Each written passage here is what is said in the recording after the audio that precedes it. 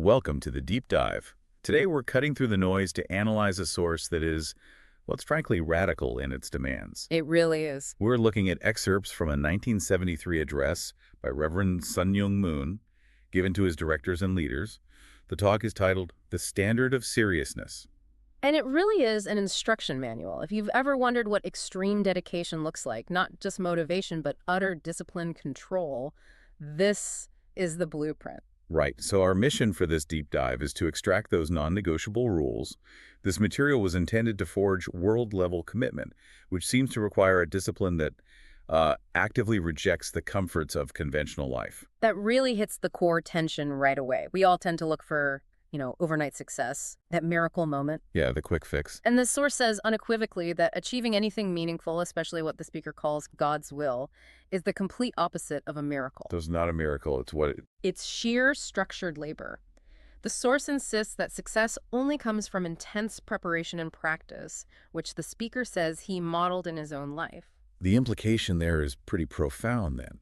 You don't succeed by hoping, you succeed by making yourself physically and mentally capable of the task years in advance. Exactly. Okay, let's unpack that preparation because it's so rigidly time-bound in the source. Moon actually laid out a life schedule. He did. It was preparation period up to 33 years of age, then practicing until age 45.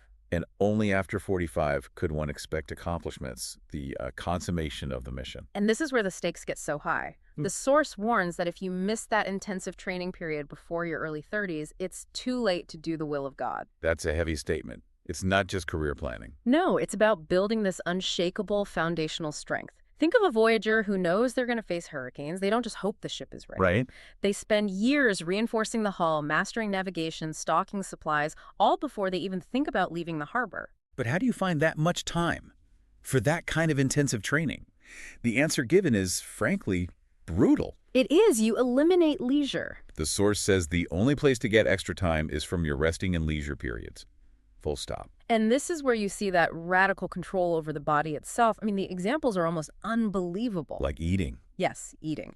To conserve time, he details that he developed the habit of eating his meal in 3 minutes. 3 minutes. 3 minutes. Sometimes, and this is the part that just gets me, sometimes without chewing the rice. The claim is that this discipline even prevents stomach disease. Wait, I have to pause on that. We're talking about actively overriding the most basic human needs, sleep, hunger, all in the name of time. Yes. This isn't just about being efficient. It feels like the source views the body as an obstacle that must be completely conquered. Absolutely. The body is a tool, and any reliance on its natural limits is an indulgence. This applies to sleep, too. The source mentions sleeping only 2 to 3 hours a day, maybe 4 to 6 in the morning, and training yourself to sleep, sitting up, as he does in the car, just to maximize travel time. But if you're sleeping that little, Yeah. how do you sustain that level of intensity? How do you function, let alone lead? This is where we get into the mastery of the physical maximum. He shares what he calls a secret exercise, Which is, massaging the vein system. The source describes it as a way to physically expel fatigue. and this is where it gets really interesting for you, the learner. The claim is that if you do this for 5 to 10 minutes, you can perspire, become fresh, and completely oust the fatigue. As if you had slept a full 8 hours. Well, what's the mechanism there philosophically? It's defined as creating an exhaust pipe to dispel all the internal junk, the fatigue, and then filling up with gas instantly. It's a protocol for a hard reset, and it's all about long-term preparation. He talks about taking care of your joints now for future events, citing his own hikes in the mountains, not for game, but just for exercise, saying he's the fastest walker. And crucially, this level of intense, non-negotiable prep, the 3-minute meals, the minimal sleep, is only possible for a single individual. That's the hard, fast rule laid out. The source is clear. Once you're married and have children, the time needed for this kind of rigorous training is, well, it's just gone. So let's transition from that physical efficiency to how this mastery impacts the mind, because the training seems to transform how you actually see the world. It does. According to the source, the disciplined mind doesn't just process information, it instantly finds the center, The center. the main theme, the subject position, horizontally and vertically in any object or relationship. It's like having a spiritual GPS that just immediately assesses alignment. And we see this in really mundane tasks, right, Mhm. which suddenly become proof of mastery. Exactly. The example of shopping for European leaders. A typical person, who he calls mother in these examples, might take 3 hours. But he finishes in 3 minutes. 3 minutes. Because he can look at 300 suits in 3 hours and just instantly select the right ones. He trained himself in that kind of quick, accurate judgment when he was young. So the speed isn't about rushing. It's about instantaneous, principle-based alignment. Yes. And this brings us to the core philosophical framework mentioned over and over, the principle. We should probably define that. We can understand the principle here as the foundational blueprint, the objective standard of truth, beauty, and fundamental moral alignment. So when your mind is trained on that absolute standard, your judgment is no longer subjective. It just becomes instantly correct. That's the idea. It's demonstrated when he critiques specialists. The source recounts him critiquing architecture or fountains, and his judgment surpasses that of a lifelong expert, a Mr. AM. How is that possible? If your view is anchored in this objective truth, the principle, then your assessment of beauty or design can't contradict it. You're seeing the blueprint, while the expert is just focused on the materials. And this trained perception extends to people too, instantly. Yes, the source describes looking at a person and instantly seeing their characteristics beyond the external. Like what, specifically? Things like detecting physical imbalances, the balance of their hips, their legs, or the harmony of their face, like their teeth or eyebrows. That is an extremely high-resolution observation. And it goes deeper, into expression. He'll note if a smile is sinking down when it should be lifted up, or if someone is constantly gloomy. The idea is that the mind, centered on the objective standard, immediately sees any lack of harmony. This relentless pursuit of alignment also transforms how suffering is approached. Right. Hardship and trouble are not signs of failure. They're framed positively as symbols that goodness or happiness shall come. They're necessary friction. Exactly. The source is very clear. We live in a sinful world full of junk, and overcoming that junk requires enduring suffering.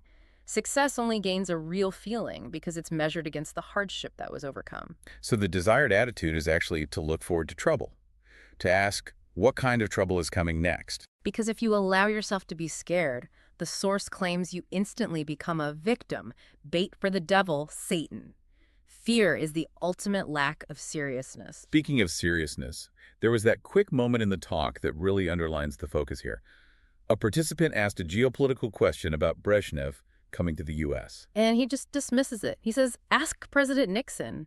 He calls it not a serious question for that setting, which was all about foundational training. It shows this extreme, narrowed focus. That's the perfect segue into the central theme. How serious have you been? Right. If you're going to commit to this, that seriousness has to permeate everything. And we're talking about everything. Yeah. Across the 5 senses. How seriously you eat, look, listen, touch. How seriously you walk, work, even sleep.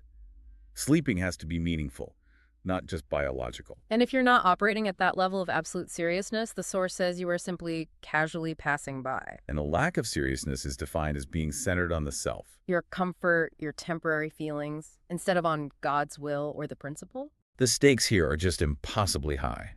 The source defines doing God's will as more serious than the death of friends, the destruction of your family, or even a national disaster. It's an extreme standard, and it serves as a powerful, direct critique of modern individualism.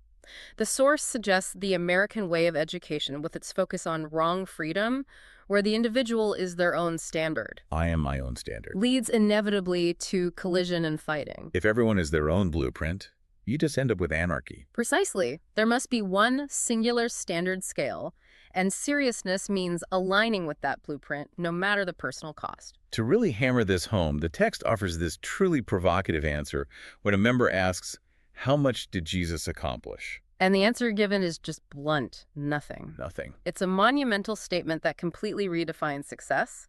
The source clarifies, there was but one thing left. He died for God in heaven, just death.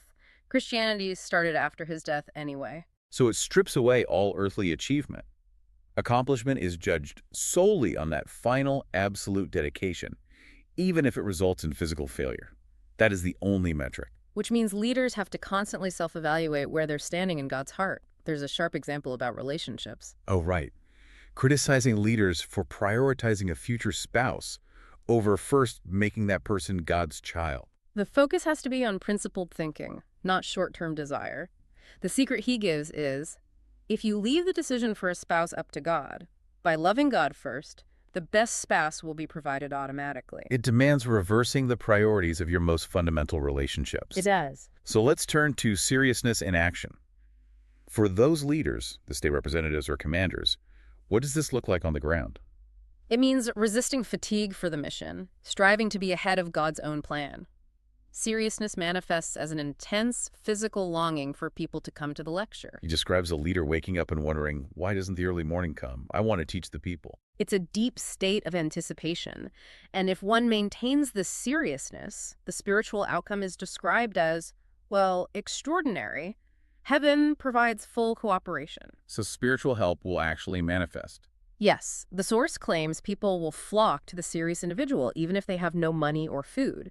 The idea is that ancestors of that state will mobilize, performing a kind of heavenly logistics. The source also highlights the suffering required to get this knowledge in the first place. The divine principle was discovered by Moon in the dungeon of hell, dungeon of suffering. And that detail serves as a yardstick.